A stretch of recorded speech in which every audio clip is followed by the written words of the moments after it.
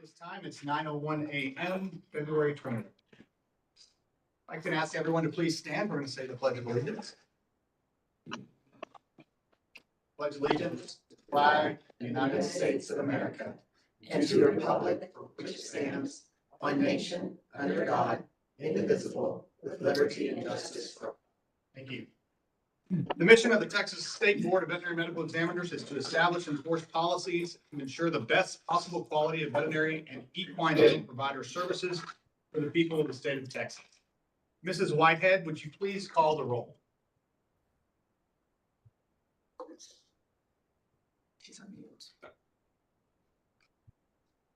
Victoria, can you hear Sorry, us? I had to get my audio fixed. Okay, Dr. Gola, Present? Dr. Kreiner, Here. Dr. Skaggs, Here. Dr. McLeod, Present. Dr. Muchi Gumma.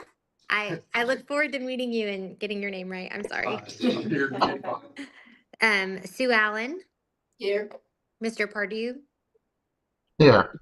Miss Olivier, Here. and Victoria Whitehead present. Thank you. Okay, so we have, we're missing one, and that is Keith Pardue is not. Is he here? Keith. Oh, is he? Okay, I'm sorry. Keith is virtually. Sorry, Keith, I didn't see you there. My apologies. I'm easy to miss. Hey, Anna, is there any way we could get that white box off the screen so we can see Stacy's face? Yes, hopefully. See. Well, good morning, everyone. I appreciate everyone for allowing today's rescheduled meeting. Mother Nature had different plans for us last month with the canceled meeting due to the weather. So thank you, everybody, for rescheduling and coming. I know that's not easy to do in short notice, so thank you for that. Item number 2 on our agenda is consideration and approval of the October 24th, 2024 minutes. Do I have a motion to approve the minutes for the October 24th meeting? Move. Second. It's been moved and seconded that we approve the minutes of the meeting of October 24th. Is there any discussion or corrections to be presented? Okay, hearing none, all in favor of approving the minutes, please say aye. Aye. Aye. Any opposed? Any opposed? Motion carries. Agenda item number 3, public comments. Please be advised that your comments will be limited to 3 minutes.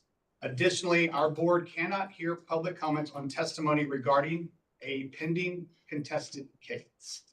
Just for clarity with the timing, Mrs. Phelps is going to run a timer and she will announce when your 3 minutes is up or the bell will go off. Thank you for the cooperation with compliance on the time restraints there for us. So first off, we're going to recognize our virtual public comments first. Do I have Aaron Lopez present? Yes, you do. I'm here. Okay, Mr. Lopez, you are free to begin. Thank you. Good morning. My name is Aaron Lopez with Political Capital. Thank you for the opportunity to speak with you today. We had heard the board might be discussing Administrative Code 573.44. However, I did not see it on the agenda today. We've already submitted comments, but wanted to take the opportunity to kind of summarize our overall points. We're here to provide comments regarding the interpretation and application of the Texas Administrative Code, specifically as it relates to compounded multi-use vials of controlled substances such as buprenorphine. We've heard from numerous veterinary professionals who are concerned about a perceived interpretation of this rule that prohibits veterinarians from obtaining compounded multi-use vials of controlled substances. After thoroughly reviewing the regulation and related materials, it remains unclear whether this prohibition is outlined or is indeed the board's position. Current interpretations being circulated among veterinary professionals suggest a restrictive approach that applies to both controlled and non-controlled multi-use vial preparations. This has created significant challenges for practitioners who need to maintain a ready supply of critical medications or pain management in surgical procedures. A reasonable interpretation of the code suggests that veterinarians are permitted to order quantities of medications that meet the overall needs of their practice, as long as they maintain compliance with the requirement to serve patients within a valid veterinary client-patient relationship. We'd like the board to recognize the unique role of 503B outsourcing facilities and the role they could play in regard to multi-dose vials for veterinarians. The FDA requires 503Bs to follow CGMP, ensuring the sterility and quality of products, especially multi-use vials.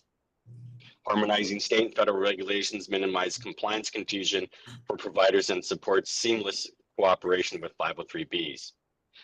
We are seeking clarification to confirm that compounded multi-use vials prepared by 503Bs are permissible for use in Texas. 503Bs provide multi-use vials with built-in sterility assurances and appropriate expiration dates, enabling safe, efficient use across multiple patients. The code should acknowledge the enhanced safeguards 503 provides for scheduled drugs, including the tracking, chain of custody protocols, and compliance with DEA regulations. We'd also like to serve as a resource as the board considers clarifying or enhancing the code. Thank you. Thank you, Mr. Lopez, and we thank you for your written documentation as well. Next up, I have Michael Giuliano. Hi, yes. I'm here actually to talk about the same thing as Aaron just talked about, so apologies for any overlap here, but we're also asking the board to clarify its position on that rule 573.44 and whether it prohibits a veterinarian from obtaining a compounded multi-use vial of a controlled substance for office use. So we're hearing from a very large percentage of Texas veterinarians that they believe the board's position is that that rule prohibits them from obtaining this medication they need. Even though the rule does not mention controlled substances or multi-use at all. Even entities such as the TVMA think that's the board's position. And experts in the field at vet shows, for instance, are spreading the information that, yes, this is the board's position. It's not in writing anywhere, but this is what it is. You can't order this. Now, if the board does take a look at the rule and decides that pharmacies should not be supplying those medications, whether because of the new USP standards or because pharmacies don't generally have DEA manufacturing licenses, which you need to have if you're supplying controlled substances for office use. We're hoping that the board will notify veterinarians that they can get the medication from an outsourcing facility, which, as Aaron said, meets CGMP standards rather than USP, much higher quality standard. And outsourcing facilities have DEA manufacturing licenses rather than DEA pharmacy licenses, which does allow them to supply controlled substances for office use. So again, just like Aaron said, if you have any questions or we can serve as a resource for any information while you're looking at this, certainly reach out. Mr. Giuliano, thank you for being here today and those comments. We appreciate that very much. Okay, I believe that concludes all of our virtual commenters. Is that correct? Okay. Moving on, we will do our in-person comments. If you'd like to come to the front of the room at the table or from your seats, fine. We'll first call up Miss Anita Ross.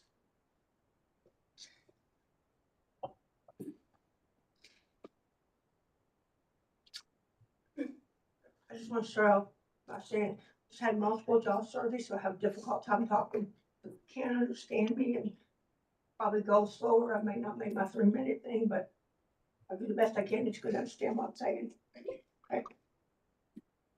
I filed my complaint on April 20th of 2020 as a result of a preventable death of my beloved dog Pirate under the substandard care of KC Farazano Singletary. The poor substandard care, multiple violations coupled with her dishonest and misleading exchanges with both myself and my husband led to an outcome that terminated Pirate at a non-productive age. She consistently and intentionally lied to us about the care he was receiving, her diagnosis and prognosis. It stated he needed an ultrasound but was not available, yet I found in the medical records she had multiple entries that she hadn't conducted one and started it was negative for bleeding. This critical piece of information was intentionally withheld from us and skewed our informed decision as to his care.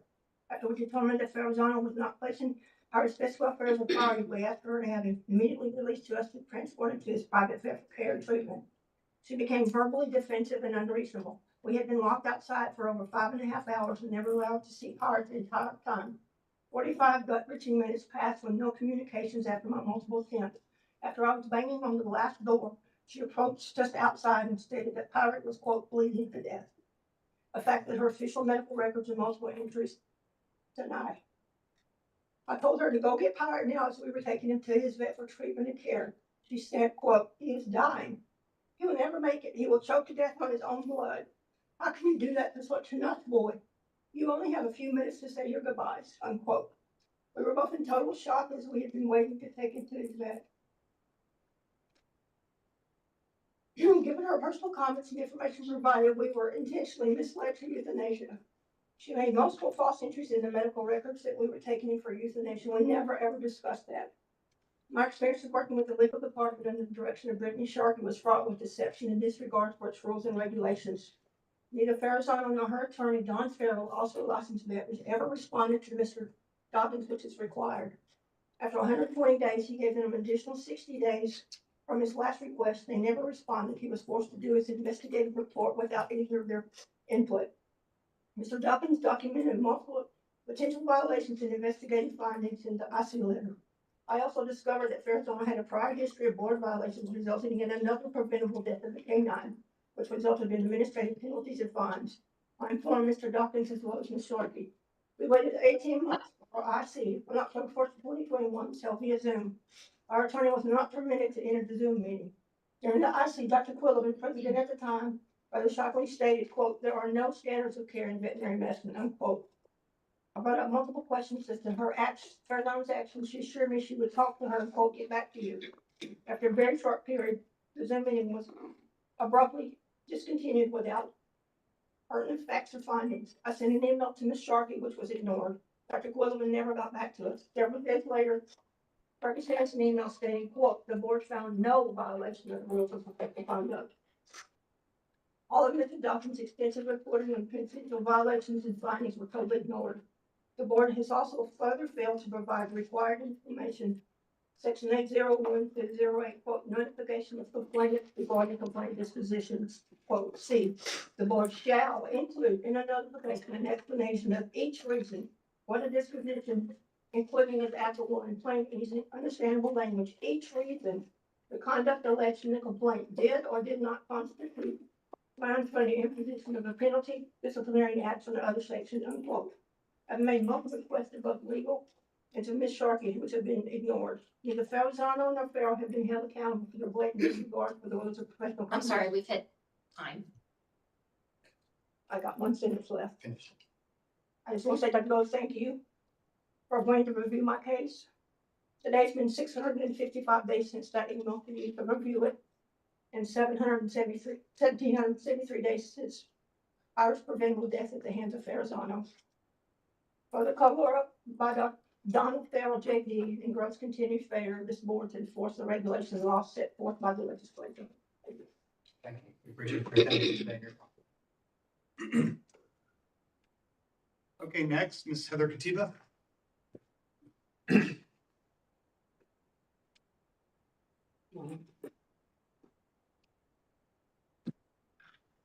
My name is Heather Katiba. Thank you for allowing me the opportunity to bring the position to you. I wanted to mostly this morning address the brief submitted to the Attorney General's office requesting an open records decision. And it is specific to the access of orders processed and signed by the board to the public.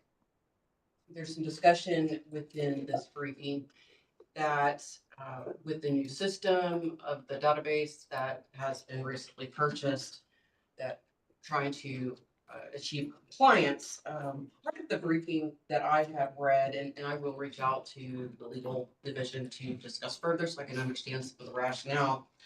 But it does suggest through this briefing that there have been assurances made, whether historically or currently, for anonymity for those who may have informal orders, that those may not be necessarily available to the public and i.e. on our database. The statutes via Occupation Code 801 specifically identify that orders by the board are public record. And there is good reason for that. The Texas Board of Veterinary Medical Examiners is tasked to protect the public.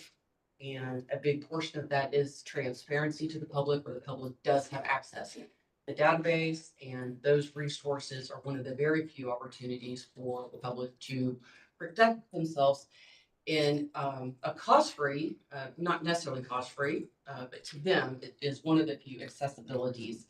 If we are having assurances, aside from statute or from an official position, this could be arguably construed as an ultra-virus action against the public and the obligation of transparency. So I would like to get a little bit more clarification and consideration regarding the briefing that is on to the award to the Attorney General's office. Thank you for your attendance and your comments. Next up, we have Troy Alexander.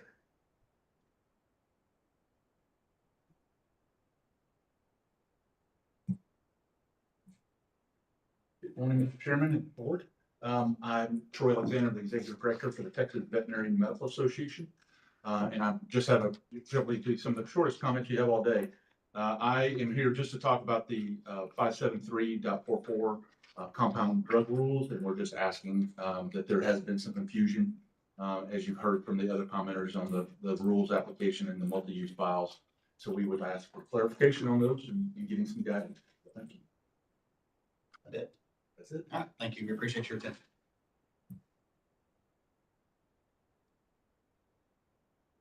Okay, I believe that is all the public comments that we have signed up for. So moving on, pursuant to chapter 551.071 of the Texas Government Code, this meeting of the Texas Board of Veterinary Medical Examiners will now go into executive session at 9:18 a.m.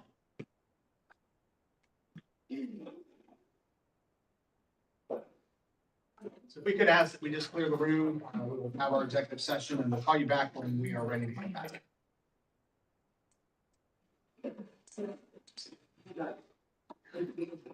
Yes, is it on the screen?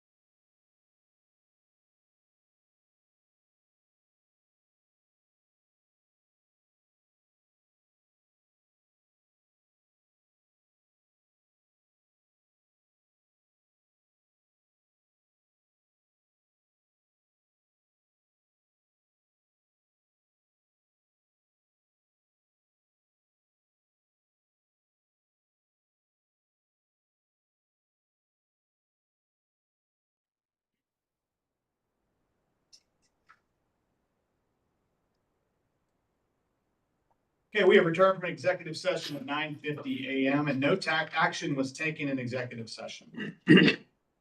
I now turn to agenda item number 6 to our director reports. Ms. Sharkey. Thank you, Dr. Gola.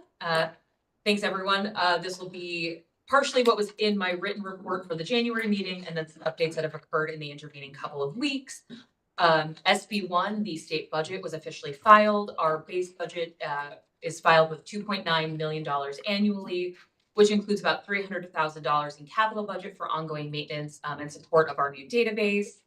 As a reminder, the exceptional items we are requesting are $300,000 in one-time costs and $100,000 annually for the expansion of the database to include our compliance and enforcement modules, and $119,000 annually for targeted raises to help bring all of our staff to the midpoint of their salary range. On February 13th, Dr. Gola and I attended the Senate Finance Committee hearing where we testified on these items. We got some very good questions from senators, and some very good feedback from staff, but the hearing went very well. And then next up, Dr. Gola and I will be presenting to House Appropriations, Articles 6, 7, and 8 subcommittee on February 25th. I'll send out the link for anybody to the board members wishing to watch that. We are still monitoring bill filings. We've got about a month until that happens. I'll have a more substantive update in April as we kind of have a better idea of the playing field and we know what's been filed and what's moving or what's not by that point. At our October meeting, we had a request to discuss kind of a projected timeline for the development of both the agency strategic plan and legislative appropriations requests going forward. So our plan for even numbered years is that at our January board meeting, we will announce focus group town halls and other information gathering opportunities to help inform the strategic plan. At our April board meeting at even numbered years, there'll be a presentation, discussion, and approval draft of the agency's strategic plan. At our July board meeting, we'll have a presentation and discussion and approval draft agency's legislative appropriations request, which will be prepared in conjunction with the Finance Committee. And then at the October board meeting in an even numbered year, we'll do a final review and discussion of submitted versions of the strategic plan and LAR in advance of the next legislative session. A fun new initiative that I'm very excited to announce that I didn't think would be quite ready for this meeting, but our systems administrator, Femi, has been hard at work with a team from TDLR on a redesign of our website, and we anticipate that the new version will launch in early March. So keep a lookout. I'll formally announce it when that goes live, but I've seen some early mock-ups and it looks great, finally bringing us into the 21st century. So hopefully it'll start looking better than my 6th grade science project website, which is kind of where we are right now. So Can I just say yay to that? yes, Thank you. very excited about that. I will say this is also our first meeting using Diligence Board Effect board software. There's always a learning curve with new software, both on the staff and user side. So we appreciate everyone's patience as we've onboarded this. And we're also open to please any feedback the board may have on its use, how it looks, how it functions. If this is something worthwhile continuing, we've got a year contract, so happy to revisit and get that commentary. So please let me know. We, along with Femi and Salesforce, we are working on kind of expanding the capabilities of our new licensing system. I'm very impressed with the work we've been able to do to leverage better reporting to help expand the capabilities there. So as we grow and use the system more, we're finding bugs and areas for improvement and have been able to make a lot of those changes and corrections when they present. So it's an ever evolving work in progress, but we've made a lot of progress in just the 6 months that's been live. And with that concludes my report. I'm happy to answer any questions. Ms. Sharkey, I'm just gonna ask, because I may not know. I was recently looking up something on the board website and the link to the old one is still also there. Will that redirect individuals to me, or is there something that can redirect them? So it's just a redesign of the existing website. Okay. So the URL will stay the same. It's just going to look nicer. Okay, thank you. So yeah. So maybe one other suggestion for the website where it has all the administrative codes and our rules. Would it be possible? I know it got broken up. So for me, it sometimes makes it harder for me to find things because then I have to click on each individual item. Could we get at least one where the entirety of our board rules opens up with one click? So the challenge we have is that it's linked to the Secretary of State's, the Texas Administrative Code, and so that is broken up, and that's the way to make sure that it is the most up-to-date version, because that's the challenge is if you have a Word document that you're then kind of constantly updating as rules come in and change, it may not always be the most up-to-date or current version. So in order to ensure that we're referencing the current version, we are generally going to prefer to link to the Texas Administrative Code. Okay, so, but I'm talking about our rules, not our laws. Right, which are in the Texas Administrative Code. Okay, okay, thank you. Board members, any other questions for Ms. Sharkey? Okay, Brittany, I'll let you call your folks. Perfect. Wendy Womack with licensing. The licensing team is reporting for the first quarter, which is September, October, November. New licenses issued, we issued 102 DVM licenses, 96 LVT licenses, and 1 EDP, environmental provider license, for a total of 199 new licenses issued just in the first quarter. The total active agency license counts as of November 30th, 2024, and active means those whose license is in one of the following statuses: active, expired, inactive, suspended, and probated suspended. We're not counting as active, revoked, retired, surrendered, deceased, or canceled. The total agency license counts were 11,432 DVM licenses, 2,828 LVT licensed veterinary technician licenses, and 66 equine dental provider licenses, for our first quarter end total of 14,326 active licenses. This concludes the licensing report. Does anyone have any questions? How many of the licensees still are using snail mail? It's got to be a small number. It's a very small number.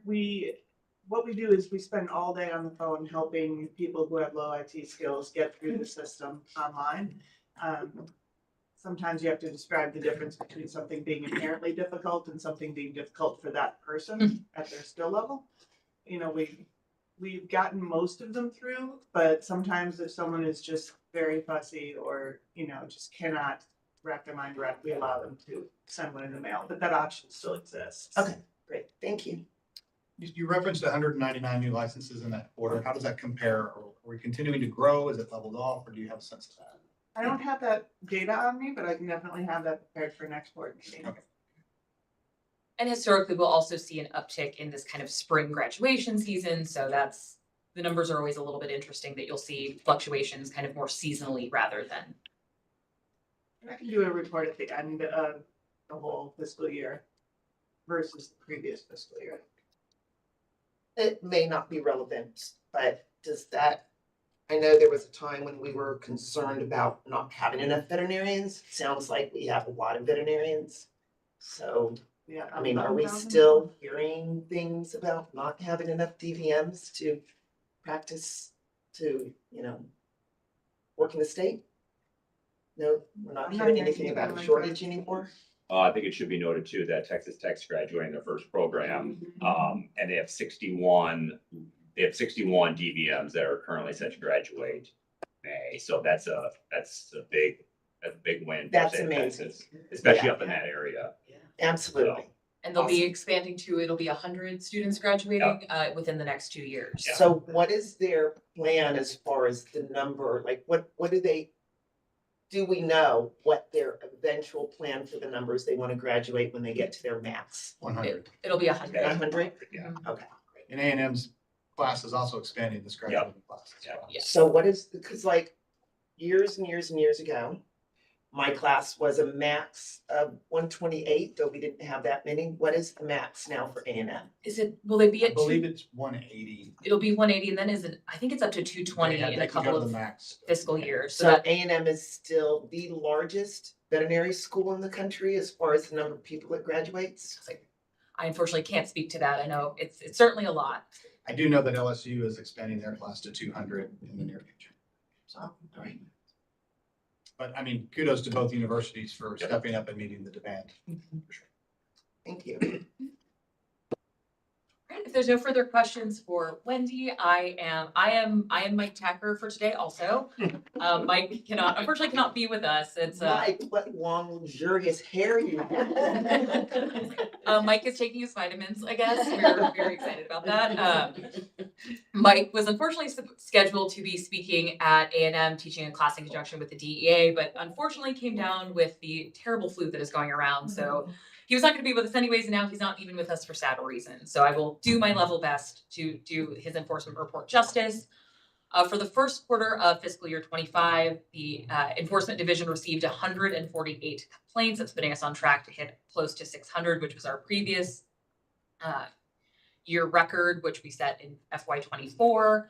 And they have conducted over 420 compliance inspections at the end of quarter one. But I know that number is continuing to rise as we get now well into quarter two. On track to hit that 1,600 inspections per year performance measure.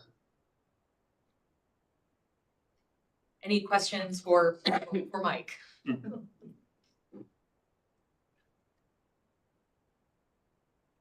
Right, Ms. Phelps with legal. Hey, thank you. So the numbers I have in my report were prior to the originally scheduled January meeting.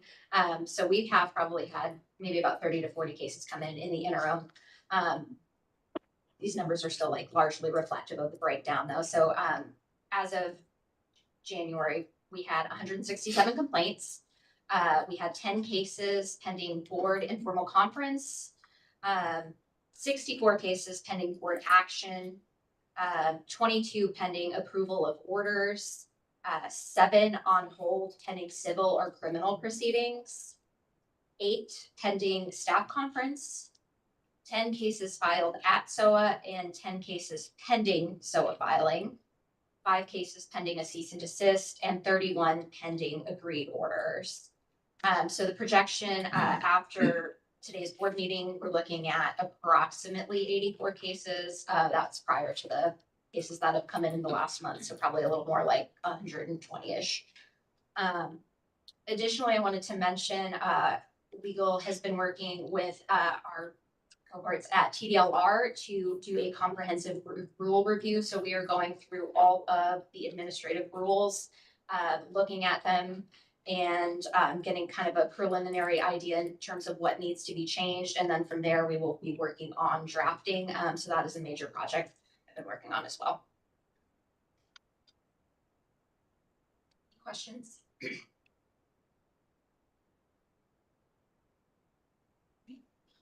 Thank you, Ms. Phelps. Next up, we have Mr. Honrath with the Compliance Division report. Good morning, board members. The Compliance Department currently has 41 licensees that are being monitored regarding board orders. Compliance has seen requests for CE hardship extensions during the fiscal year decline. This can be attributed to CEs being able to be obtained online and more avenues for learning that way. The task of DPS fingerprint validations is continuing to be done daily and will continue for years to come. Every licensee, as a reminder, will have their fingerprints validated after 5 years to make sure that they are still an active licensee per state and federal guidelines. Staying on the fingerprint topic, 427 new fingerprints have been reviewed for applicants in 2025 fiscal year. Lastly, DPS has begun auditing my fingerprint program, which is done every 3 to 4 years. And currently we are about 85% completed with that audit. The Compliance Department has fielded 215 calls for compliance, licensing, fingerprints, CEs, and general agency related questions from licensees and applicants so far in 2025. I'm pleased to say, though, that the number of calls is declining as more information is now on our website and employees are getting well versed in our agency's rules and regulations. Finally, CEs are required to be updated upon renewal, and if not, an extension may be granted when auditing taking place when extension due dates are lapsed. These CEs are required when you renew your license, when you first get your claim your license in a new Salesforce database. Currently, 5 CE cases have been sent over to enforcement for further investigation for CE non-compliance. And with that, I can take any questions. So, with the fingerprint, issue, you get a hit as soon as they're fingerprinted if there's a problem like a DUI or an arrest or Yeah, something so like that. when a person gets arrested, they get booked into jail, that fingerprint, and the jail takes their fingerprints, they'll be transferred over, DPS will get them into their system, and then I'll see them. I don't know, it normally takes 24 to 48 hours. Okay, so, the reason I bring this up is it harkens back to a rule that was made, that about veterinarians must contact the board within 30 days. Yep. Or they are in violation after an arrest. Since, was the board contacting? Yours truly is contacting those people. So do we still need that rule? Yes.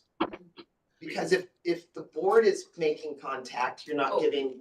So we are not making contact. It is incumbent upon the licensee to contact us and notify. So we know that it's happened. Yeah. The licensee then has to notify us as well. And if they don't, they get a call from me. Yes. Okay, because I think we were seeing it kind of opposite recently, where you want it? Okay.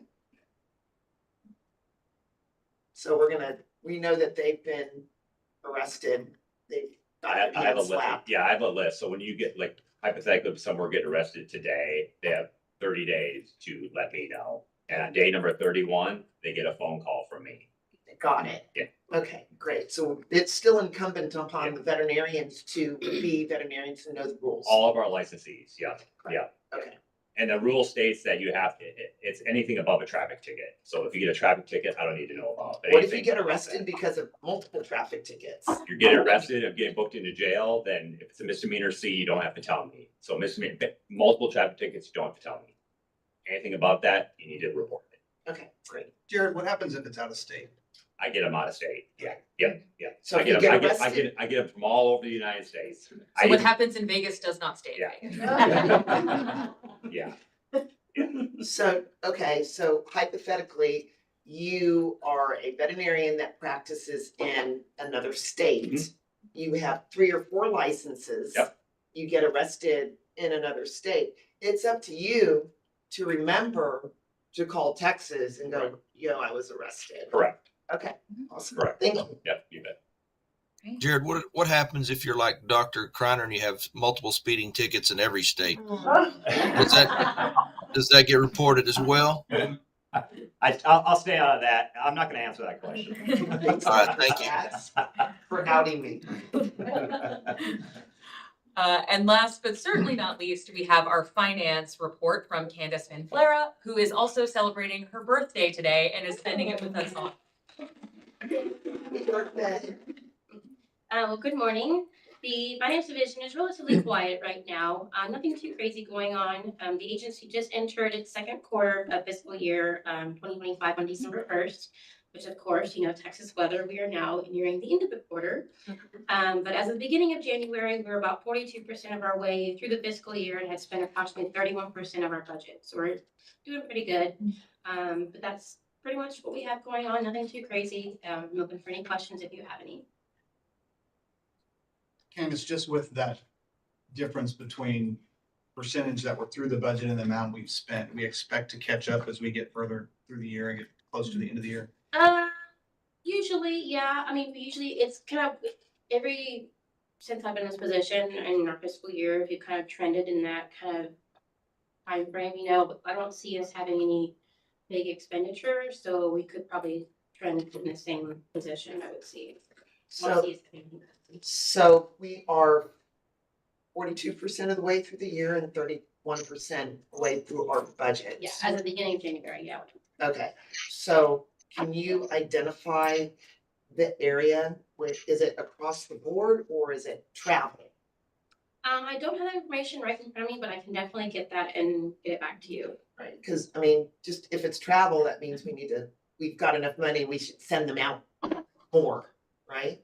Okay, awesome, thank you. Yeah, I can update that to you.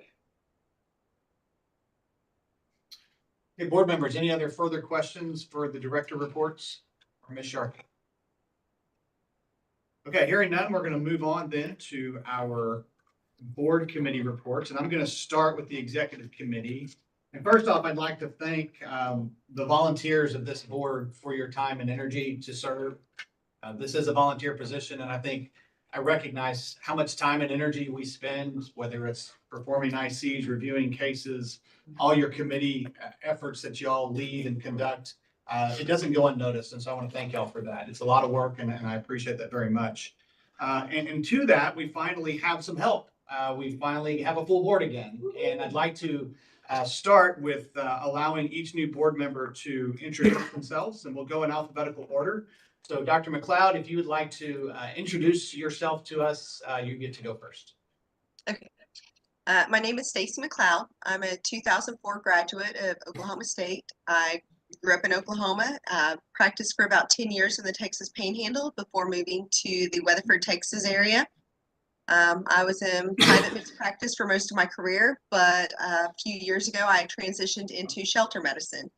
I'm the shelter vet at the Weatherford Parker County Animal Shelter, and I enjoy that. I have 3 beautiful girls. They're 13, 17, and 19, and we raise goats, cattle. We've got chickens, bees, so I enjoy doing a lot of things outside. Well, welcome aboard, and as you stated, you will be fulfilling the shelter position on the board, and we're proud to have you. Thanks for saying yes. Yes, sir. Any questions for Dr. McLeod, board members? I have one. Since you're from Oklahoma, can you help us interpret some of Dr. Skaggs' remarks in our meeting? Hey now. You know, he's from the Panhandle. I wasn't that far away from him for a while, so I'll try. I'll do my best. Welcome aboard. Okay, next up, we've got Dr. Muchigamba. I'm Larry Muchigamba, 1986 graduate, excuse me, Texas A&M University. I was in mixed animal practice in Beeville, Texas, for my career, and sold it 2 or 3 years ago. Now I do feedlot consulting, large ranch consulting, and a little bit of relief work. Wife, a son who's a Navy pilot, and very excited to be here on board as well. Thanks for taking part. Thanks. Okay, with that, we also have 2 reappointments to the board. And since not everybody knows everybody with new members, I'd like to congratulate Dr. Skaggs and Ms. Olivier for your reappointments. And again, for saying yes. You had the opportunity to say no, but you didn't. And we thank you for that. Your wisdom and experience that doesn't go unnoticed and is very valuable to us. So Dr. Skaggs, would you just please introduce yourself to the new board members? Give us a few words. Yeah, Randy Skaggs, been a veterinarian long ago. I have a 4-digit license number, so that is very old. Practicing in Texas, up in Perryton, Texas, almost to Oklahoma. Mixed animal practice. Glad to be on the board. Really glad to work with you guys, and I think we work together and make a big difference for not only the veterinarians in the state of Texas, but the animals as well. So thanks for being here. Ms. Olivier? Well, it's very hard to follow Dr. Skaggs. He's just such an awesome and amazing guy. Raquel Olivier, I'm actually a business owner in the state of Texas. Very happy to be reappointed. I love working with this group of people. They are so very smart, and I've learned quite a bit. And thank you so much for the opportunity to be a part of it again. Ms. Olivier, you're not a veterinarian. What do you do for a living? So I actually have a consulting practice that focuses on the paperwork related services for major construction projects within the United States. We're primarily operating in Texas, though. Thank you. And thank you both again for saying yes. We do appreciate you being a part of the board. I know there has been question in the past about board training and the things that maybe some of us did get, some of us didn't get as we were walking into this position.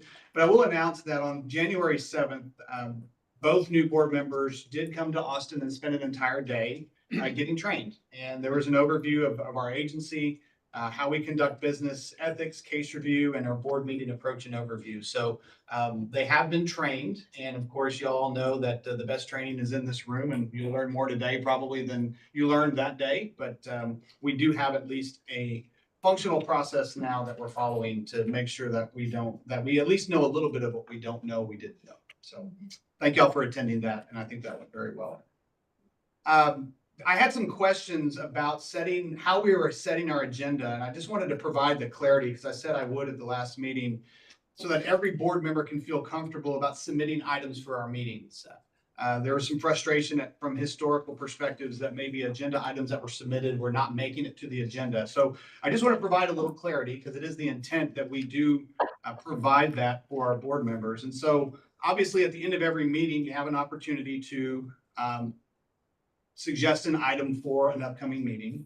And then any time between the end of this meeting, you can submit your desired agenda item to the executive director or myself prior to 1 month before the meeting. I know we would like to have a little bit more time than that, but with our relationships that we have to go through with TDLR and reviewing and preparing for these things, that 1 month deadline is what we're going to be asking for.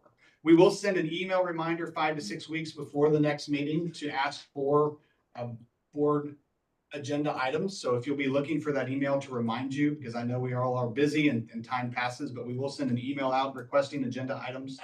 And then the executive committee will review the upcoming agenda options prior to publishing the agenda. We will discuss them, and then I will finalize that final agenda after that meeting for publication. So any questions or concerns about that process? Okay, and I would ask you, hold me accountable. If we deviate from that or I make a mistake, by all means, call me out and say, hey, you said you were going to do this. I'm human. I do tend to make mistakes, but need to be reminded from time to time and would appreciate y'all helping me make sure we follow that protocol. The second thing that I said I would come back and visit on is our committee meeting protocol. There were some questions regarding to who could attend meetings. And due to the public meeting rules and quorum rules that we have, we do need to follow a specific approach. And so the attendance will be limited to the members of the committee, the presiding officer, if he just deems necessary, invited staff or TDLR representatives. We cannot have more members just decide to attend a committee meeting because if we do, we could be in violation of our quorum rules, and we want to make sure we stick to that.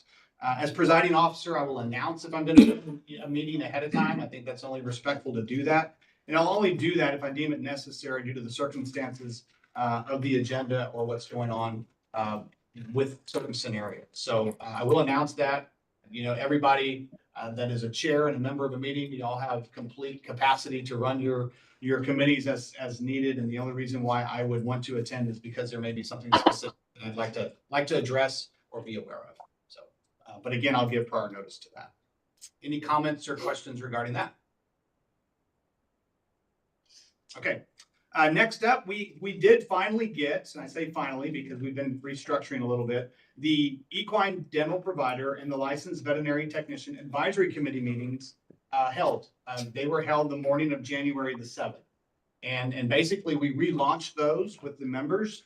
Dr. Bill Stone was elected as the chair of the equine dental provider committee, and licensed veterinary technician Bridget Opperman was elected as chair of the LVT advisory committees.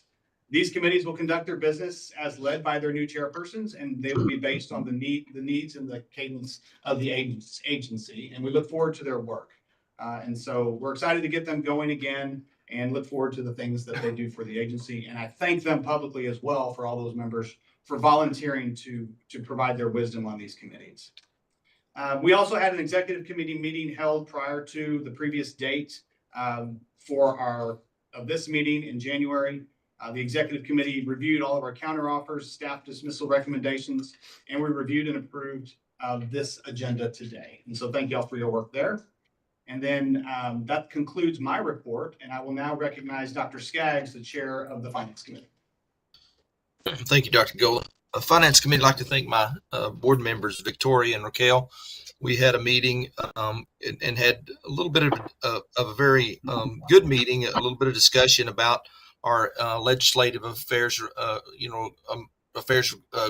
budget request, and went over some of the items that we discussed previously in some board meetings. We sent out a questionnaire to each department head. I'd like to thank those department heads for being honest with us and giving us good feedback. Ask them 3 questions. What do you need to make everything run smoothly? What would be a good idea to have? And what would be pie in the sky, as far as your budget goes. and going forward. So we got some very, very good ideas with that. Once we were able to do that as a committee, we got to look over those and kind of ponder those ourselves, and got to speak with Executive Director Sharkey about her request. And it looks like a lot of those items have been accounted for. There are some of the things, that we would all like to have that may not quite be doable at this stage of the game, but it's certainly something that we can think about and kind of put on the radar. And those are in the report there in your board packet.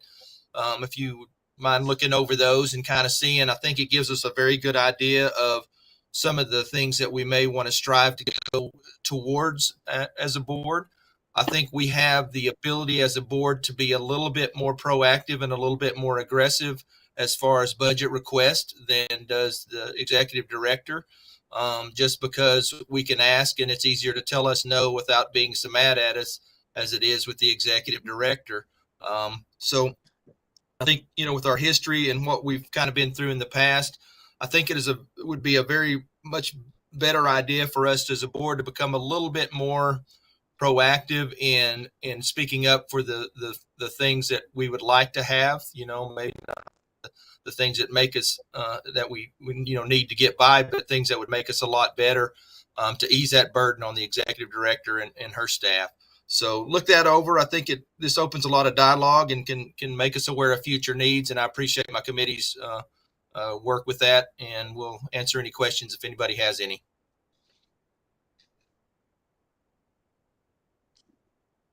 Okay, Dr. Skaggs, thank you very much. We appreciate that report. Is there anybody else who has a report that they would like to present?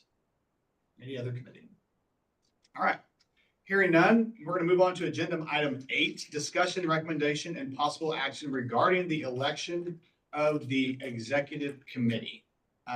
There are 3 members of the executive committee, the presiding officer, myself, and then a vice chair and a secretary. At this time, I will open the floor for nominees for the vice chair of the board.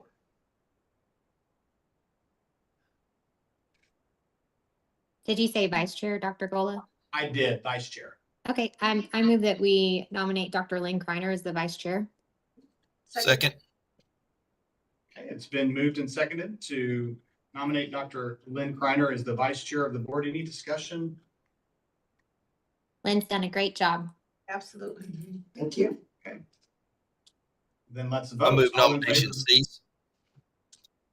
Okay, there's a motion to cease nominations. Is there a second? Second. Second. Okay, so let's first vote on any discussion about ceasing nominations. All right, hearing none, let's vote for, actually, I can't have 2 motions. Can I have 2 motions open on the floor at the same time? We vote on the closing nominations first, All right. and then So- Dr. so Kreiner. We'll do that. So all in favor of closing nominations, please say aye. Aye. Any opposed? Okay, motion carries. Now let's vote for Dr. Lynn Kreiner as vice chair of the board. All in favor, please say aye. Aye. Aye. Any opposed? Motion carries. Dr. Kreiner, your penance continues. Thank you very much. Okay, second will be, I open the floor for nominees of the secretary of the board. I nominate Victoria Whitehead. Second. Okay, it's been moved and seconded to Victoria Whitehead for secretary of the board. Any other nominees? Okay, hearing none, we will vote. Or is there any Do we have to discussion? cease? Is there any discussion? I don't think we have to. Okay. Any discussion? Oh, she did a great job. All right, all in favor of Victoria Whitehead as secretary of the board, please say aye. Aye. Any opposed? Okay, motion carries. Victoria Whitehead will be secretary of the board. And again, your penance continues. So thank you, Victoria, for saying yes. I gladly volunteer as tribute. All right, so our executive committee will consist of myself, Dr. Kreiner, and Victoria Whitehead. Okay, moving on to agenda item number 9, discussion, recommendation, and possible action regarding appointment of standing committees. This is something that typically happens every September, and because we were lacking some positions on the board, I felt it appropriate just to continue with what we had in place in September until now. But being that we have a full board now, I feel it's appropriate that we try to dilute the workload and to allow everybody to participate in their capacity that they can. I think y'all for those board members that know me well, I want all to participate in every capacity that we can because we all need to work together. I don't want there to be any silos in this board. And so I think we've moved a long way in that. But to do that, we've got to spread the work around. And so here are the following committees and their chairs. The Enforcement Committee will basically be the executive committee. Myself as chair, Dr. Kreiner, and Ms. Whitehead. The Licensing Committee will be chaired by Ms. Allen, and the members will be Dr. Skaggs and Mr. Pardue. The Finance Committee will be chaired by Ms. Whitehead, and membership will be Ms. Olivier and Dr. McLeod. And the Rules Committee will be chaired by Dr. Michigimba, and the members will be myself and Mr. Pardue. Is there any discussion regarding these appointments? Okay, hearing none, let's get to work. We got a lot of work to do, and we appreciate y'all saying yes to these committees. Moving on to agenda. You don't need a motion or anything because you appoint No, them, I right? don't. These are appointments. Yes, ma'am. Thank you. Moving on to agenda item number 10, recommendations and possible action regarding adoption of Rule 571.7, veterinary licensing eligibility. I recognize Ms. Phelps on this agenda item. So I will actually take over for Ms. Phelps. So Rule 571.7, the proposed amendment would simply elongate the period of 60 days to 120 days for graduating students to take our state board exam. This rule was published in the Texas Register and we received no public comment. It is eligible for adoption. Okay, is there a motion on the adoption of this rule? Move. Second. Okay, it's been moved and seconded to adopt this rule. Is there any discussion? Okay, hearing none. All in favor, please say aye.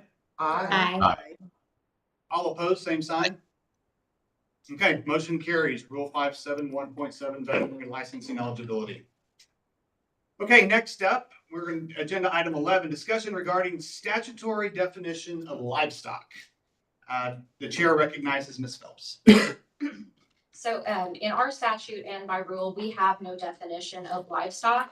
So we have looked to other codes to see what that definition is. The agriculture uses the definition of livestock to mean cattle, horses, mules, asses, sheep, goats, llamas, alpacas, exotic livestock, including elk and elk hybrids, and hogs, unless otherwise defined. And then additionally, the Animal Health Commission uses a very similar definition. It's actually exactly the same, except for they don't expound upon what exotic livestock means. So those are the definitions that are out there. We're not necessarily limited to that if we were to want to, by rule, create a different definition, but this is what currently exists. Okay. Any discussion? I feel adopting the same code as the agriculture definition provides consistency. Most of the people in the ag world go to the Animal Health Commission, but it makes sense to me to have consistency. I can't think of any definition that is not covered in this. I'm trying to think back to our discussions meetings ago, but if we have authority to adopt this, I'd move that we adopt the Animal Health, the Department of Agriculture's definition. Victoria, this agenda item is just for discussion, so I won't be just taking kidding. any motions at this point. Again, though, I think consistency and not coming up with our own serves the public best. And I'm sure these two codes have already been vetted for long periods of time. So one that we can get consistent with, I think is the best idea.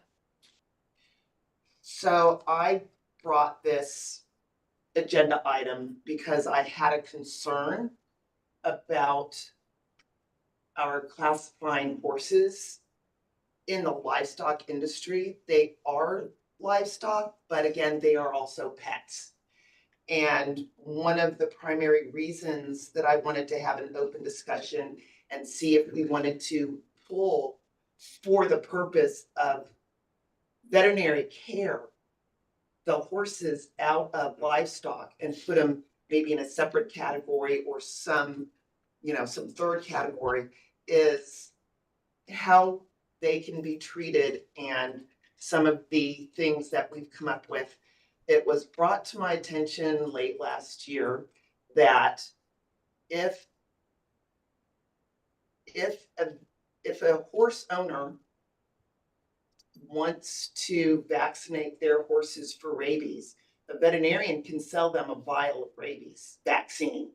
And whereas if the technician in our rules vaccinates a dog or a cat within the veterinary facility with the veterinarian being in the facility, they are in some type of violation.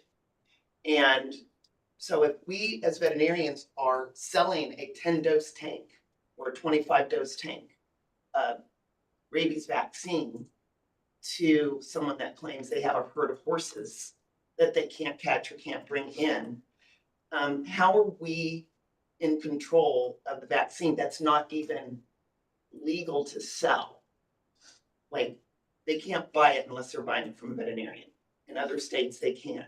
So I have an issue with horses, and this isn't, a lot of people still, most people use the vets for that, but legally, based on Texas Animal Health Commission rules, a veterinarian can sell rabies vaccine to horse clients, for the horse client to give to the horses, but then it's out of your control.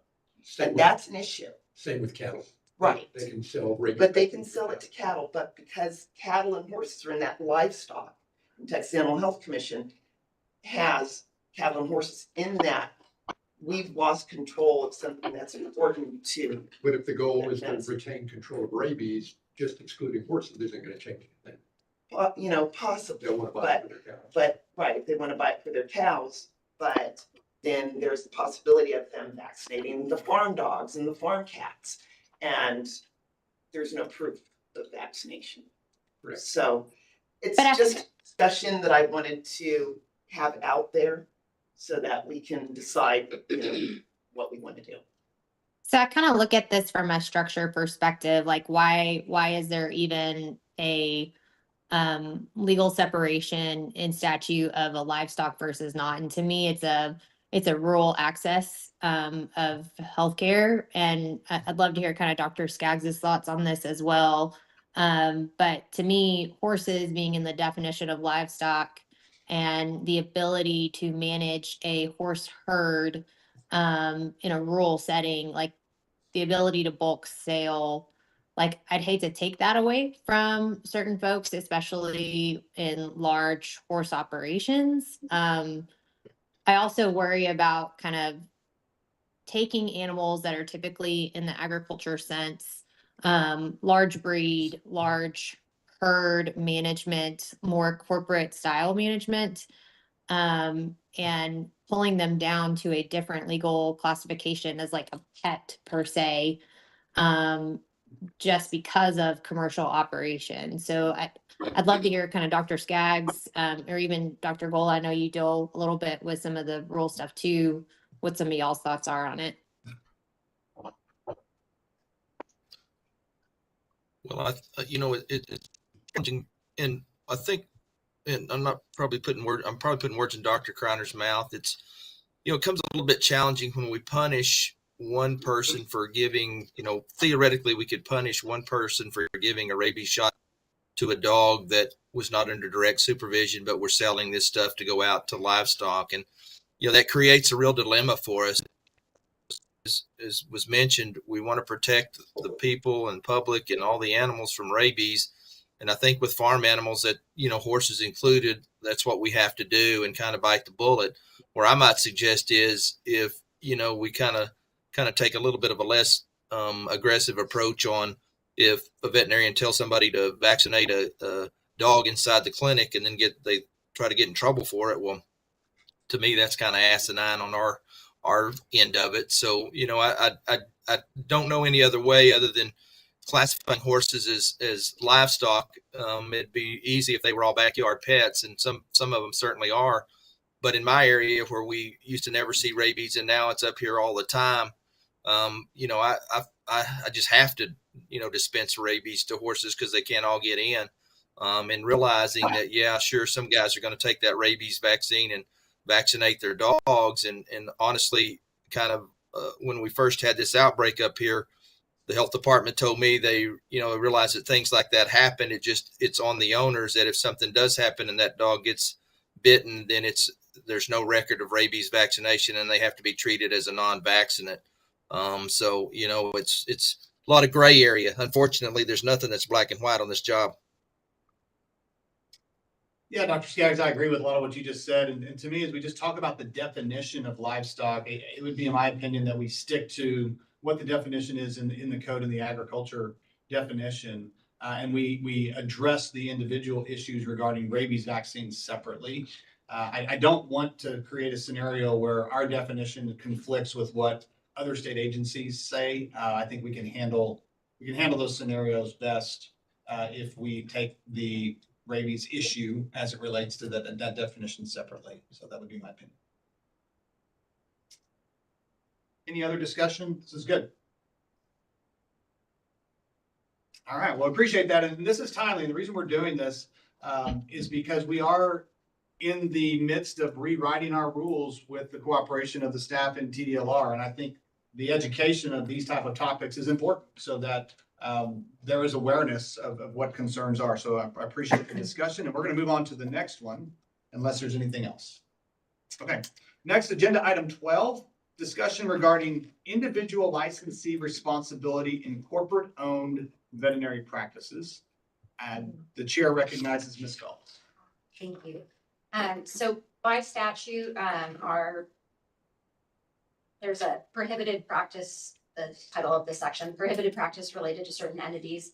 And so what this statute says is that a sole proprietorship, partnership, or corporation may not engage in veterinary medicine unless the owner, each partner, or each shareholder, as appropriate, holds a license to practice veterinary medicine issued under this chapter. And then there's a few other sections, but that's essentially it. So a veterinary practice in Texas is limited, the ownership is limited to licensed Texas veterinarians. And then additionally, in our rules, we have a rule that sort of construes the same issue. This one's specific to partnerships, is a little outdated perhaps in the language, is one of those things that we need to revisit. But that says, so that's Administrative Rule 573.6. No person shall be admitted as a partner who is not a member of the veterinary profession duly authorized to practice in the state. And that's where we're at currently in the law. Right, so, and because we need to revisit rules, and because we have sometimes some issues in whose fault something might be, I wanted to bring this for open discussion. And basically, the veterinarian is often held to account for corporate practices or employees they have no control over. So if a complaint is filed and reaches the board and no fault by the veterinarian is found, the case is generally dismissed. The veterinarian has 6 months to a year of angst, and the owner with a legitimate issue is left unprotected. And I'm in no way saying that all corporate veterinary medicine is bad. We as an industry have benefited from corporations in many positive ways, but we have not kept up with our regulatory obligations as it pertains to veterinary medicine. So the first corporations were veterinary owned, but slowly we saw the effect of the camel nose under the tent, where the clinics were, portions of the clinics were sold to non-veterinarians. And eventually the ownership of some of these clinics became fully non-veterinarian owned. And so we're now at a point where we have large equity firms and huge multinational privately owned companies owning multiple corporate veterinary clinics and hospitals. And that's not to say that there still aren't veterinary-owned corporations. There are. So I don't believe that we can put the toothpaste back in the tube, but we can certainly find a way, I'm hoping, to regulate the corporations and their actions instead of having a veterinary employee left being responsible for the corporate practices that don't align with what we would expect if the same issue needed to be addressed in a privately owned facility where the veterinarian maintained all control. And since corporations benefit financially from the veterinary practice, why can they not be held accountable? Additionally, I have a concern about veterinarians who have died and they've left their spouses or some other close relative with the veterinary practice. And because of our rules about ownership, these individuals have 2 years to sell the practice. And I don't see how that aligns with what we allow in corporate practice for veterinarians who are not the owners. I believe we need to give these newly acquired owners a path to continue operating these clinics, which helps the community and the veterinarian's family, especially if the practice was the only or the primary source of income for that family. So I am open to comments about these issues. Hey, Kelly, now that's a statute, right? That's not our rule. That's a state law, right? That's correct. So we really have no control over it. How many companies in the state of Texas have veterinary practices that are not owned by veterinarians? Do you know? I would say we don't, since we only regulate individual licensees like the DVMs, LVTs, and not the facilities themselves. That's not something we really have data on. So who enforces that then?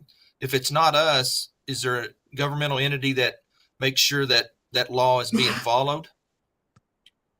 So it's part of our statutes. It is something that falls within our scope. If we were to get a complaint regarding that issue, it is something that we would address.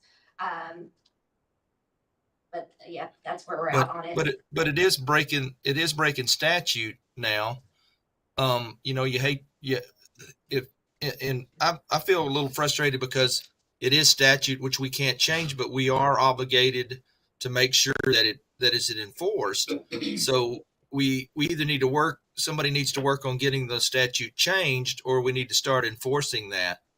Of course, we kick over a whole can of worms, but we're kind of stuck in the middle of, what we do with that. There's the legislature says that we need to stop that or not allow that to happen, and yet we just kind of look the other way when we have had some complaints. I've witnessed several complaints where the corporation has really dictated what is going to be done, and then the veterinarian is left holding the bag, and so it is an area that definitely is concerning to me, because I don't think it's really been addressed before, but we're starting to see as it progresses, we're starting to see some real negative impact, not only to the animals of the state of Texas, but the veterinarians in the state of Texas, which are young or not able to, speak up. So, I don't know which direction we need to go with this, but if it is a state law that we're tasked with monitoring and taking care of, then I think it's something that we need to check into.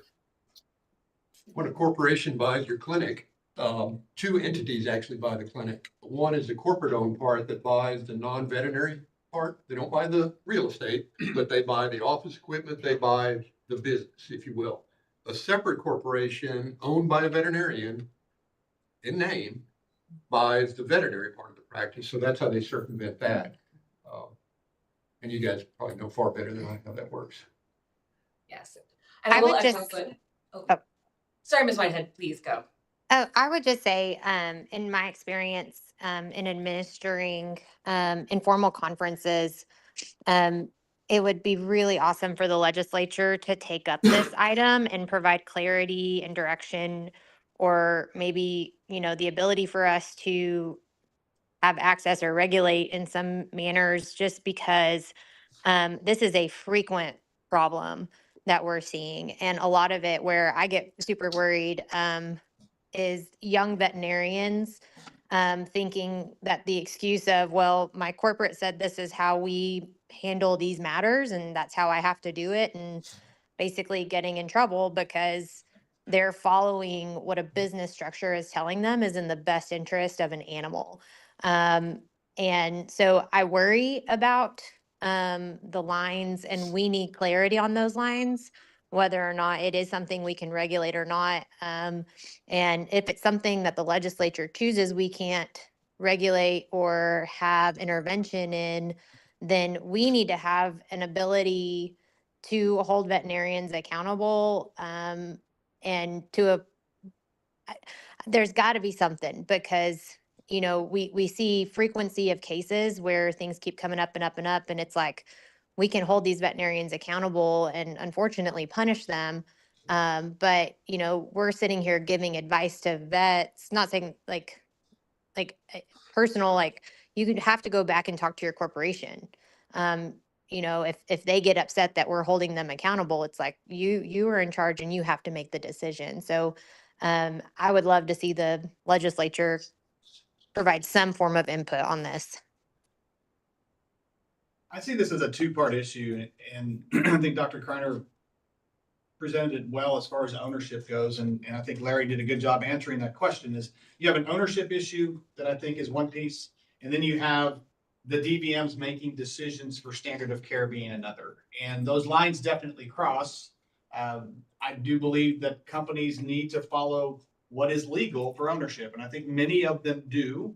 If there is ever a complaint, I'm sure we could look into that, but we're not going to be going around without a complaint because we don't have the authority to do that. Is that correct at this point? Maybe that changes with legislation, but that's for those in that body to decide. As far as the making the DVM decisions, I think that is something that we need to maybe educate the state veterinarians more of, is that regardless of who you work for and who's making your decisions or influencing you to make those decisions, you at the end of the day are responsible for that standard of care and those decisions. And I deal with this on the daily, especially when it comes to coaching young veterinarians on their controlled substances, because many of them have the DEA license at that facility, but the company they work for are telling them, well, you should order these drugs and not these drugs. And they go along not knowing that really they have the authority to make that decision. And ultimately they're accountable for that. So I agree there's some clarity that would be helpful from a legislative standpoint. And as we revisit our rule writing, this is something we should see how we can navigate that to help with that. So, great topic. Any other comments? Yeah, one more. I'd like to point out that I really appreciate this because I got to hear a phrase that I haven't heard in forever. Camel nose under the tent. Thank you, Dr. Kreiner. You were quite well. That was very nice.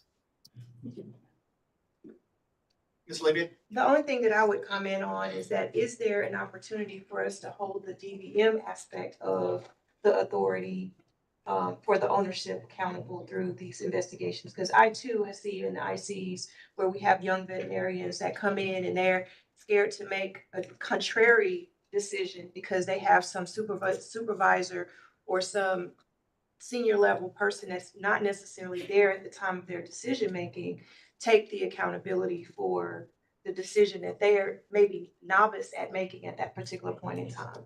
And unfortunately, there are some situations where there is not another veterinarian above that medical director. And I believe in our rules, it says that a veterinarian cannot take direction from anybody but another veterinarian. And I think we do have that authority through rule to hold that accountable. But the problem is we have no authority over the non-DVM giving them that direction. And that's where the buck stops with that veterinarian. But could we attack the ownership aspect of it, I guess is what I'm saying. So even if they're not physically there to make the decision, their ownership gives them authority, I guess, so to speak, to be accountable for it. Yes. Yes. So we are, as a complaint-driven organization, we are not, going out and looking at books and seeing what the ownership structure is unless we receive a complaint to that effect. So if a complaint comes across our desk, we will take a look at it. But generally speaking, if we're just dealing with your run-of-the-mill standard of care complaint, we're not going to go sort of Pursue outside the scope higher. of that Okay. complaint to see what the ownership structure of the clinic is. Okay. Right, but and I'll just throw out two kind of scenarios that have come up.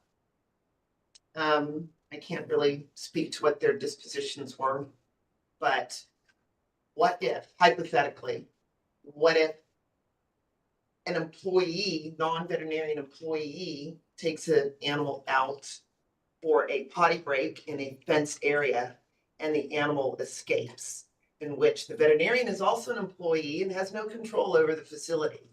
Whose fault is that? Is that the veterinarian's fault or the technician or kennel help taking the animal out and the animal escaping and something negatively happening to that animal? Is it the medical director who wasn't on the property at the time? Is it whoever owns the property that has this fencing that wasn't secure for all animals of all sizes?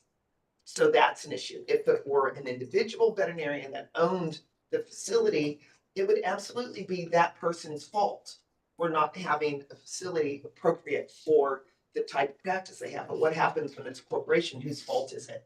If it's the corporation's fault, but we have no control over the corporation, so we're going to blame the medical director who's just in charge of medicine and not necessarily in charge of, the grounds. So that's one. Or the technician who works for the company, but not, and the veterinarian is also an employee for the company, and the technician fails to do their job that they're paid for to inform a veterinarian of some situation and something negative happens to the animal. Whose fault is it? Is it the veterinarian for not knowing that the technician didn't provide them information? Or is it the corporation who controls the technician and does the training of the technician who forgot to give the veterinarian the information they needed to care for the animal? And whereas a veterinarian who owns the clinic, they're responsible for non-supervision of their employee. If veterinarian is an employee, how are they responsible for someone who they are not over? They're kind of equal as long as it's not relative to like looking at that specific case. But, and so those are kind of some of the complicating issues that we're dealing with. And I can't blame the veterinarian who wasn't on the property for something the technician did that she has no control over. And, and the owner is left out in the cold. And I feel like we're kind of not able to protect the owners the way we're supposed to. Well, Dr. Kreiner, can I highlight just another example? To me, this is what's more, gives me more anxiety and makes me more anxious about it is the examples of, I'm a new vet, I'm working for the corporation, an animal presents with XYZ issue. And my corporation says that we do not do like a full, and I'm speaking vet, but like we don't do a full x-ray on this. We do just a ultrasound, or we don't do X, like step one is this. When a veterinarian could say, no, I really think it's this. But because of corporate practice and procedure, the veterinarian does A versus B. And then we have a standard of care issue because they were following the corporate procedure of how we handle certain presentations. And that's something that I've seen frequently in ICs. And it's unfortunate for the vets that's like, well, from vet school, and we know sitting on IC, you probably should have done B or C, but you were following your process from an authoritative figure, and now you're going to be punished because that's not proper standard of care. I agree, and it really affects the young vets who really need about 3 to 5 years of mentoring. But they're coming out of school with $250,000, $300,000 or more of school loans, and they get these golden handcuffs that they've got to pay their loans and they got to live, and so they go to these corporate practices and they follow the procedures, but they don't have a mentor like they did when we were like individual mom and pop 2 and 3 BVM practices. And at the end of the day, the corporate corporations are there to make, they may love the animals, but corporation is there to make money for the corporation and for their stakeholders. And so it's a concern, like vet medicine is one of the last vestiges of true belief by the public that we care, and veterinarians do care, but they also have to eat and pay the mortgage and pay their school loans, and these golden handcuffs are, you know, hurting some of them. And I'm afraid that we might be losing some of them over that, because I see the people that are, you know, unhappy. And I have colleagues that talk about what they're not gonna do anymore. I think the evolution of ownership has definitely created some voids that we need to address, and we can do that through our rulemaking based upon what statute allows us to do. And as we rewrite these rules, again, another item for us to put on that agenda to look at, to see what we can and cannot do legally. And then maybe there needs to be some legislative fixes for some of this stuff. Right, yeah. Okay, awesome. Thank you. Well, Kelly, is there a way, you know, like we've talked about, all of us have seen these cases. Could we get an attorney general's opinion or something that would let us be able to, if a veterinarian comes in and says, hey, I would just orders in an informal conference, can we then investigate the corporation and its dealings and their plans, or are we limited with just disciplining the veterinarian? I'd like to know what the attorney general thinks of that, and kind of what our job is to do with that. We certainly could look into seeking an advisory opinion from the attorney general. Thank you. Okay, any other comments or discussion on this topic? All right, hearing none, we're going to move on to agenda item 13, discussion regarding the scope of practice for equine dental providers. Ms. Phelps? Great. So to me, by statute,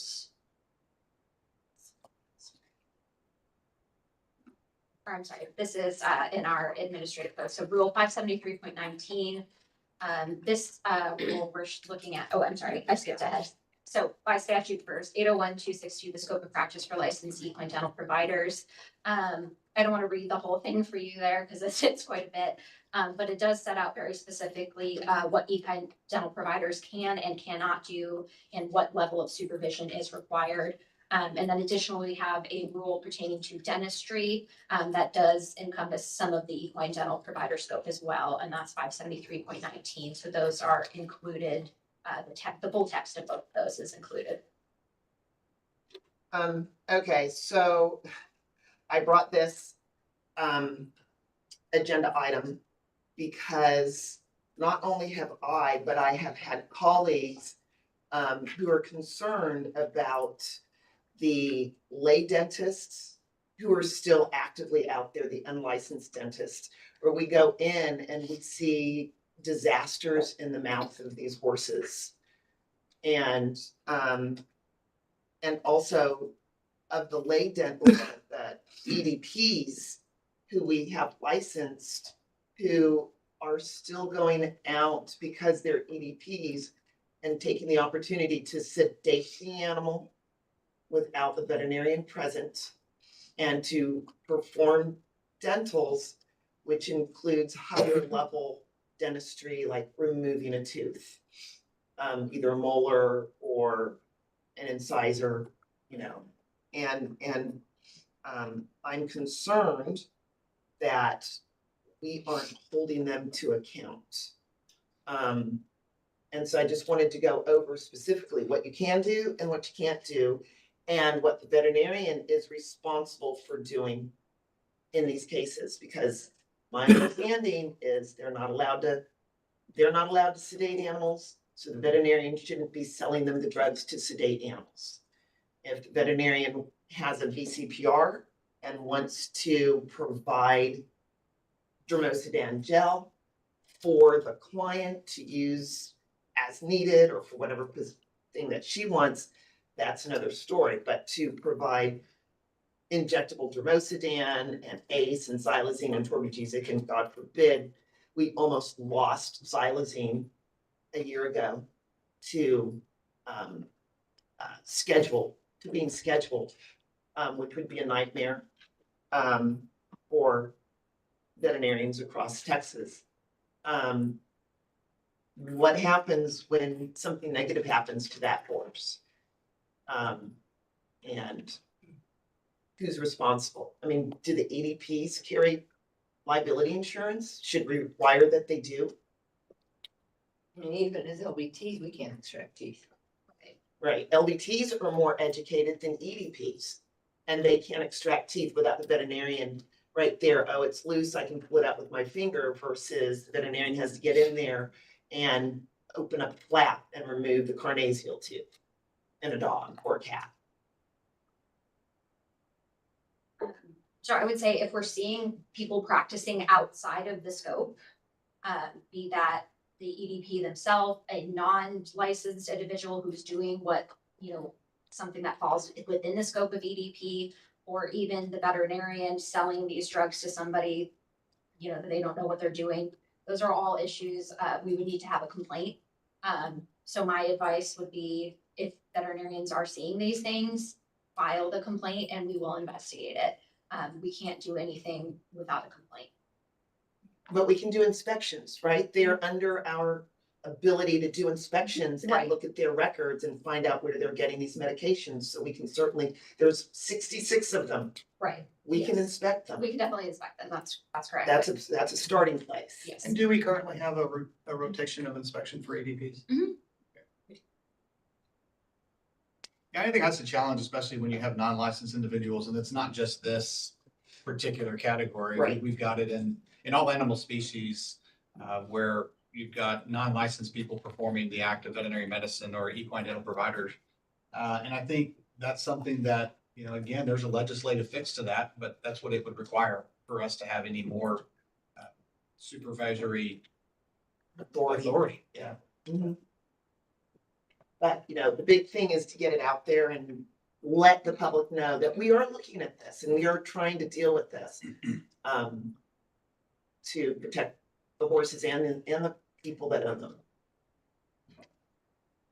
Any other comments or discussion, board members? Okay, moving on to this, item number 14, discussion regarding other states' approaches to mid-level practitioners in veterinary medicine. I will recognize Ms. Sharkey. Thank you, Dr. Gola. For anyone who may not know, in November, Colorado passed a proposition that creates a new level of veterinary licensure known as the mid-level practitioner. That passed by fairly narrow margins. I believe it was around 53 to 47% in the general election. And now Colorado is examining what education requirements, practice requirements, and scope issues may exist, and they have to fully implement that licensure scheme by January of 2027. So we are keeping an eye on it here in Texas. No legislation, to my knowledge, has been filed, nor have we heard of any kind of ballot proposition around this, but that is a new area of licensure and regulation that we are monitoring. Right, and I wanted to make sure when I asked for this agenda item that we were aware of what was going on. Not everyone knows what's going on.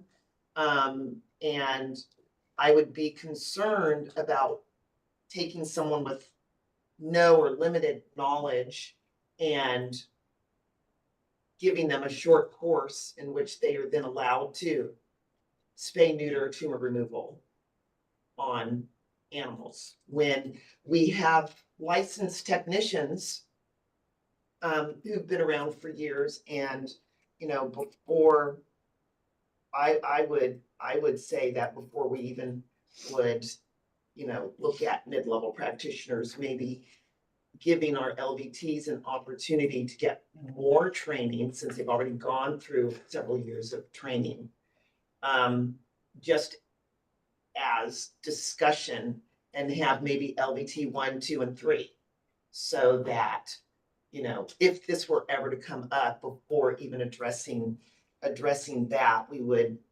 give the LVTs an opportunity to become more educated instead of creating this new area. And not that that's going to happen, but it's open for discussion and people are going to be talking about it. So let's just get it out on the floor. So fortunate. I think this is a real huge area, and I didn't speak up earlier, and I should have, when you asked if there's a veterinary shortage. Personal opinion, I think there's a huge veterinary shortage still out there, and there's two ways to measure that. One, there's a million different ways to measure it. You can look at number of licenses, et cetera, et cetera, et cetera. But just go to practices and act. Can they find a veterinarian? And that is one question. The other thing is there's an absolute number of veterinarians, being real or shortage, whatever, but then there's a relative number. And that is when the cost of veterinary care gets so high, all of a sudden now we have a shortage of veterinary care the public can afford, okay? So the big impetus in Colorado was they felt there was a shortage of veterinarians and there's a shortage of affordable veterinary care. And I think it's incumbent on us to be proactive on this situation, because I think there's going to be a move in Texas for this very thing. And we can either be reactive to it once it happens, or I would like to see us be out in front of it and address it, and look at the issues at least, because there's lots of areas you try to get your dog spayed and you say, well, I can't do it for a month. That's my first opening. So is there a shortage of vets? Well, there's a vet there, but I don't know. There's a vet there, but I can't afford that vet for X price. I can afford this vet for Y price. And so, but it's a month out before I can get into the Y price veterinarian that I can afford. Right. Yeah, fortunately, this body doesn't get to make those decisions, like, and then I'm thankfully, because I think Right. that's something that the industry and the legislature will come together and decide. And I know that the AVMA and the TVMA are both against bringing in a new mid-level practitioner, and we haven't seen legislation this session to change that. But y'all are right, this is something that we need to be aware of and discuss. But fortunately, we get to proctor whatever laws they pass, and Which is fine, but you know, if we don't say we understand what's going on, and if we don't get it out there for people to actually have a discussion, then, you know, by the time something does happen, and something may not happen, but if something does happen, they at least know that we were aware that this is a possibility. any other comments or discussion? Yeah, I really do appreciate the comments and bringing these topics front and center to the board in our discussions. I think it will help definitely, again, as we administer the chapter and rewriting of rules as those things occur. And so thank y'all for your participation with that. I do need to state for the record that Victoria Whitehead has had to step out of the meeting. She will not be back. She has a dental procedure scheduled at 11:30, and so she has left our meeting. Yes, she has left the room. All right.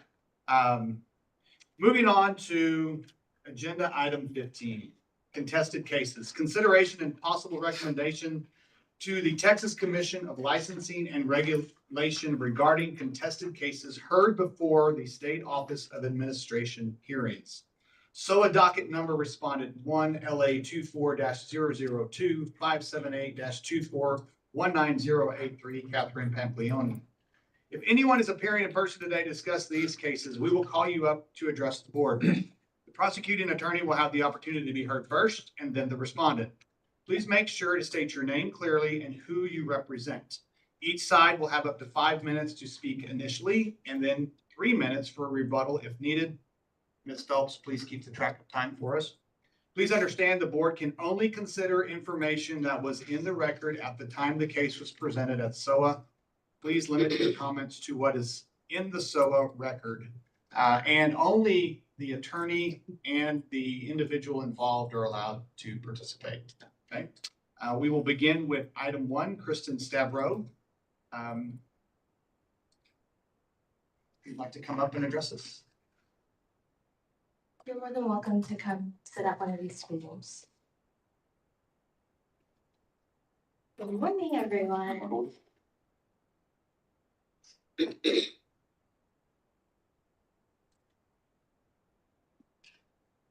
Please state your name clearly. All right, well, good morning, everyone. My name is Kristen Stavro. I'm one of the staff attorneys for the board.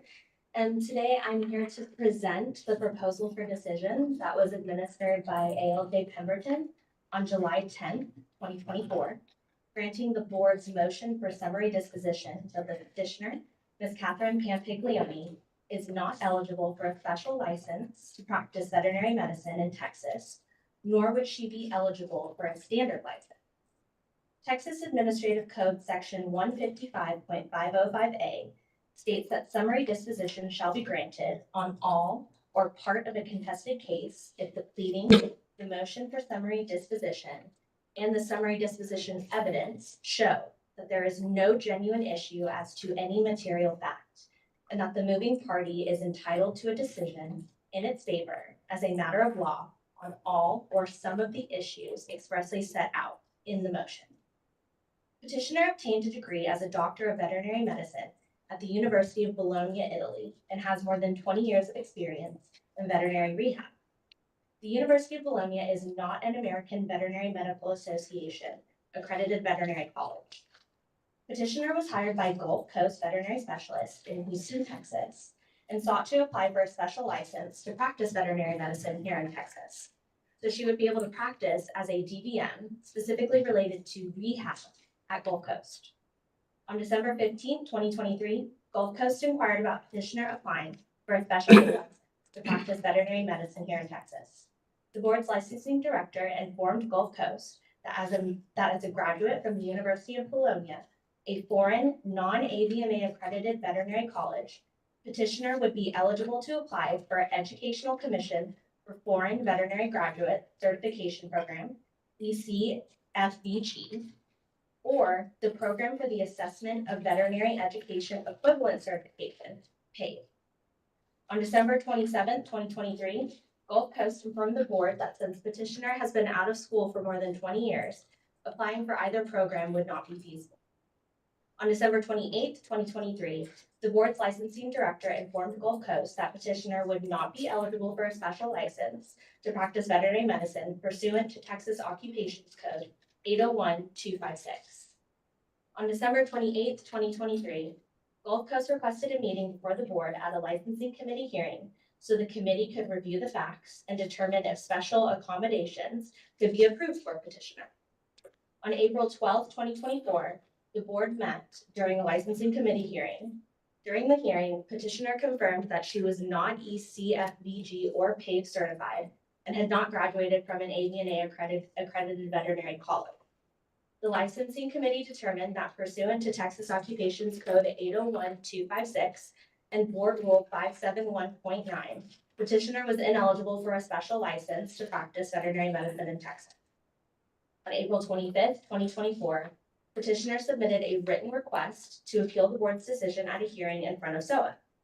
On May 22nd, 2024, the board filed a complaint on behalf of petitioner with SOA, and the petitioner failed to file an answer. On June 10th, 2024, the board filed a motion for summary disposition with SOA and petitioner failed to then file a response to the motion for summary disposition or exceptions at SOA. In the motion for summary disposition, the board argued that section 801-256B1 of the Texas Occupations Code states that an applicant is eligible for a special license from the board to practice veterinary medicine in Texas if the applicant is at least 21 years of age and a graduate of a board-approved veterinary medicine program at an institution of higher education, or if the applicant provides to the board a written affirmation by a person described under subsection F that the applicant meets a critical need for staffing at the person's institution and is certified by a nationally recognized veterinary specialty board, or is eligible for that certification, and that applicant passes the jurisprudence section of the licensing examination. Subsection F states that the following people may provide a statement under subsection B1B. The dean of a board-approved veterinary medicine program at an institution of higher education in this state, the executive director of the Texas Animal Health Commission, or the executive director of the Texas Veterinary Medical Diagnostic Laboratory. Since Gulf Coast is none of the previously mentioned individuals or institutions and petitioner is not a graduate of a board-approved veterinary medicine program at an institution of higher education, the board argued that petitioner was ineligible for a special license to practice veterinary medicine in Texas. Additionally, the board argued that petitioner is not eligible for a standard license to practice veterinary medicine.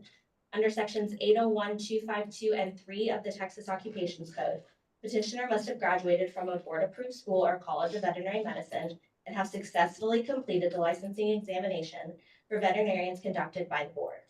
Since petitioner has not done either, she is not eligible for a standard license to practice veterinary medicine in Texas.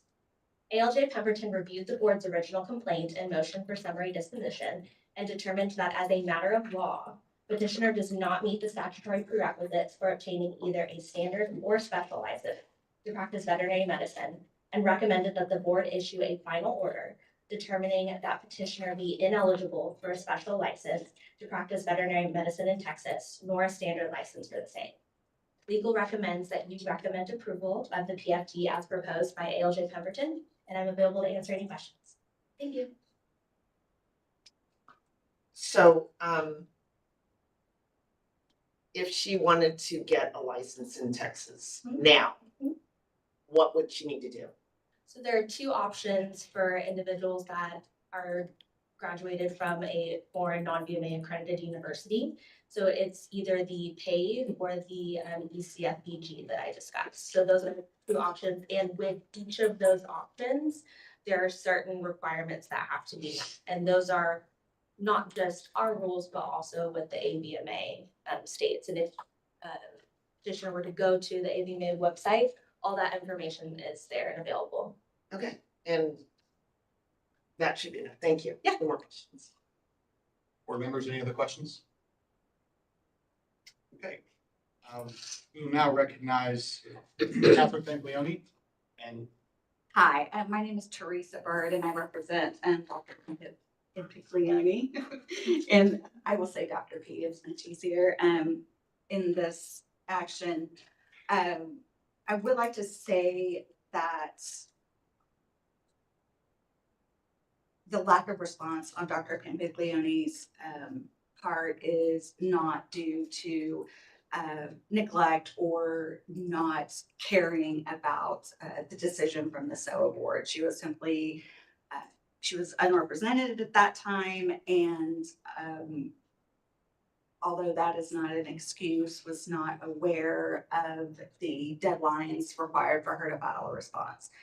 I do understand that as the legislation is written and rules of the board right now do not allow her to either qualify for a special license or a regular license. However, I wanted to see if it was possible to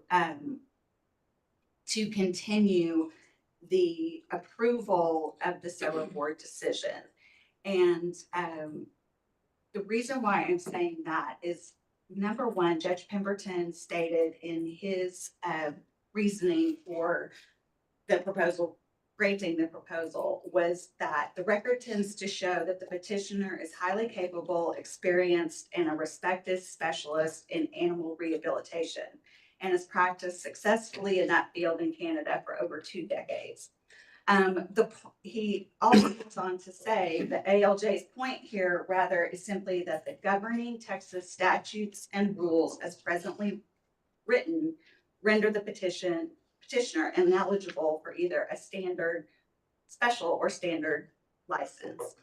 I know that you all have discussed that you're going through the rules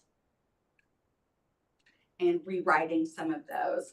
And I would petition for we're outside of the record, and we do have a specific process to petition for rulemaking, which requires notification to the board 30 days before the meeting so that we can properly notice it. Correct.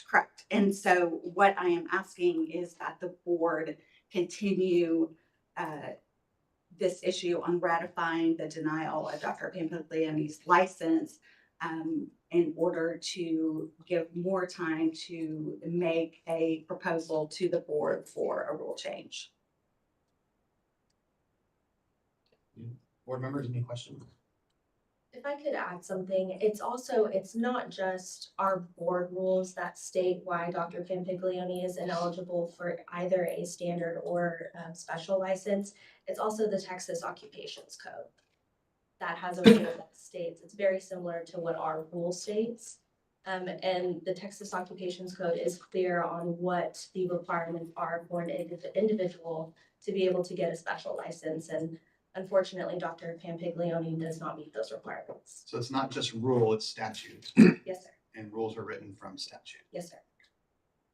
I would also like to add, though, that in the Texas Occupation Code 801.256C, that the board is allowed to issue rules specific to the granting of a special license.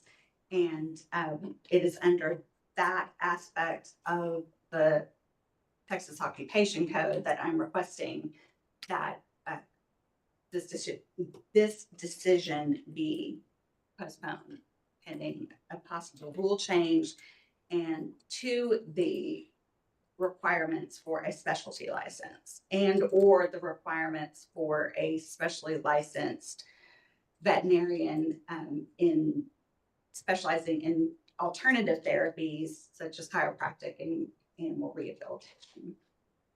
Ms. Phelps, I have a question. Was there anything stopping Dr. Campiglione from petitioning at a later date if there were to be a rule change? No, that is not dependent on the outcome of this case. Board members, any other questions? Comments?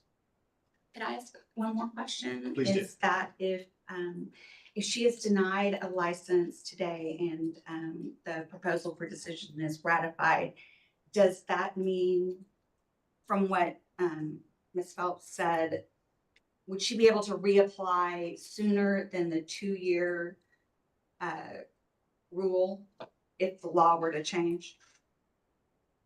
I will defer to counsel. That would depend on how any potential new law would be written.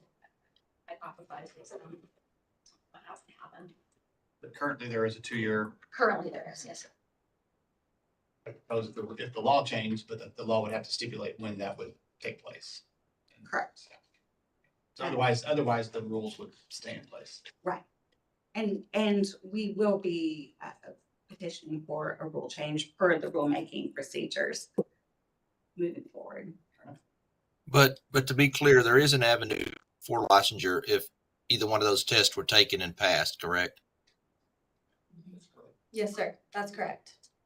Would that fall outside of the 2-year rule? I mean, if she elected to take one of those examinations? So you're saying if this PFD is adopted and there's a denial of Dr. Campiglione's license, would she be able to do the PAVE in the ECFVG? Well, I mean, she could do that, but but upon completion of one of those two, and we're in that 2-year window, would she be able to reapply in that window? Yes, she would be able to reapply because at that point it would be like clear that she wouldn't have to go to a hearing and. Right, because then she would be on track with what all the other foreign veterinarians have done. Correct. Who got licenses in the state of Texas. She would just apply like normal. Okay, thank you. I will say that the problem with that is that Dr. Campiglione is seeking only to practice in chiropractic and rehabilitation medicine. Those two avenues require clinical rotations and surgery, and the time expense and the money expense required from someone who's already passed the national. I'm sorry, I think we're outside of the SOA record here. Okay, any other questions or comments? I will entertain a motion at this point to either approve the PFD, amend the PFD, table the PFD, send it back, or reject the PFD. Move we approve the PFD. Okay, it has been moved that we approve the PFD. Do I have a second? I will recognize Dr. Skaggs as making the motion to approve the PFD. Second. It has been seconded by Dr. Kreiner. Is there any discussion? I think I'll just say that in the discussion part that I empathize with the scenario. Unfortunately, we have statute and rule that we have to follow. And especially having a ruling by a SOA judge that supports that statute. I don't see a path for an exception in this case. That's my decision. Any other? Okay, hearing none, all in favor, please say aye. Aye. Aye. All opposed, same side. And motion carries to accept the PFD. Thank you all for your time here. Thank you very much. Okay, moving on to item 16, consideration and approval of agreed orders. I recognize Ms. Phelps. Thank you. Aside from the recusal noted on the agenda, I have been notified also that Ms. Allen would like to be recused from voting on CP 21416. Would any additional board members like to be recused from voting on any cases or pull any cases for executive session? Ms. Phelps, I believe I have one I need to recuse myself from, but I need to find the list. So bear with me.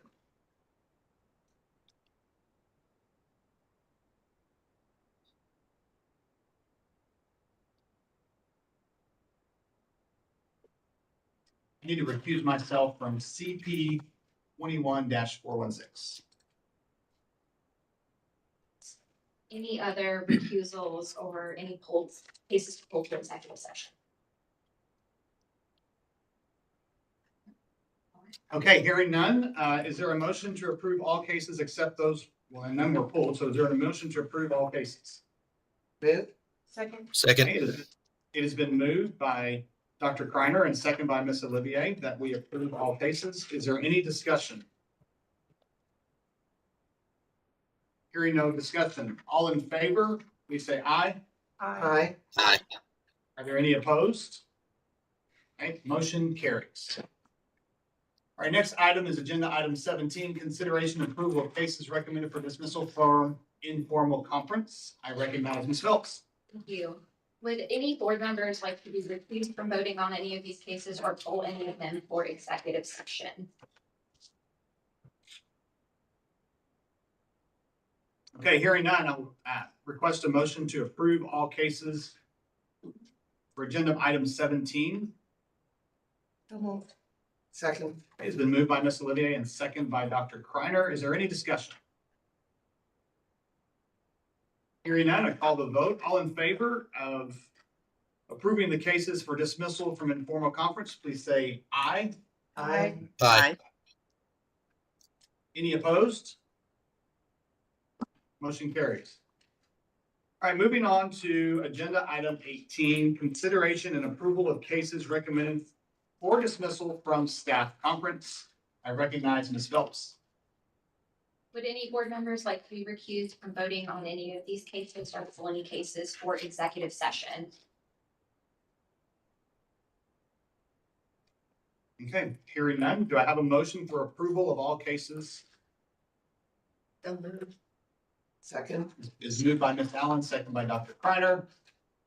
For all cases to be dismissed from staff conference. Any discussion? Hearing none, all in support, please say aye. Aye. Aye.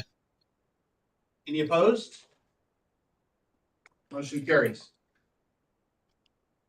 All right, agenda item 19, consideration and approval of cases recommended for dismissal from medical review.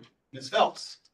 Would any board members like to be recused from voting on any of these cases or pull any of them for executive session? Okay, hearing none, is there a motion to approve all cases for dismissal from medical review? Move. Second. I have a move from Dr. Kreiner and a second. All in favor, please say, or is there any discussion? Yes, Dr. Express my appreciation for Dr. Mixon's work on these cases. It's a thankless job and she does a very good job with it. We appreciate her. Thank you for those sounds. We all agree she does a good job in getting these done. Any further discussion? Okay, all in favor of approval of these cases being dismissed from medical review, please say aye. Aye. Aye. Are there any opposed? Motion carries. All right, at this point, I don't see there any reason for us to go into executive session unless there's a board member that does. So we will not be going into executive session, so we will move on to agenda item number 21. And that is the discussion of possible agenda items for future board meeting. Board members, do you have anything that you would like to present today that we should consider on the next month's meeting? So Or the next meeting. The next meeting. It's not next It'll meeting. be. So, is do we need to have a discussion or an agenda item for, trying to get up some form of board notes? Or is that something we're doing internally? I will put that on the agenda item discussion for the executive committee. Okay. And the executive committee can talk about maybe how best to handle that. Okay, great. Okay. And this will also allow the staff to kind of work up some proposals and options for you all to consider at that meeting. Wonderful, thank you. I'm gonna recommend that we put on the agenda the compounding rule that was brought up, 573.44. Right. And so we'll put that on for consideration for the next agenda meeting. Anything else? Yes, I was wondering if we could maybe have a discussion or have a meeting with Mike and maybe the investigators. I know in the past that I felt like it was a good idea that we had a kind of an emphasis meeting on some of the things that we felt like were really important as far as inspections and as far as cases go. As a group, as a board, certainly not narrowing down the scope, but kind of focusing on some of the important things and some of the things that we think might be less important for those guys to focus on. Didn't know if the other board members felt like that would be a good idea to discuss and if we should just leave it like it is, but I think it would be something that might be beneficial to everybody so that we all kind of get on the same page. Randy, I think that's a good idea, and we can sure put that on the agenda item potential for the next meeting.